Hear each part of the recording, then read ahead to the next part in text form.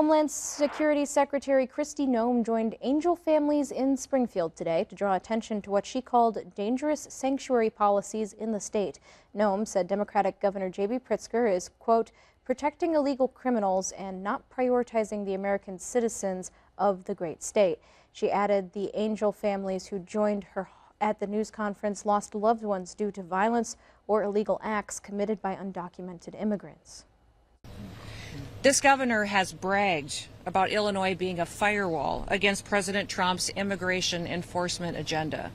And it is very clear that he is violating the Constitution of the United States because it is a federal law that the federal government and the president set and enforce immigration policies.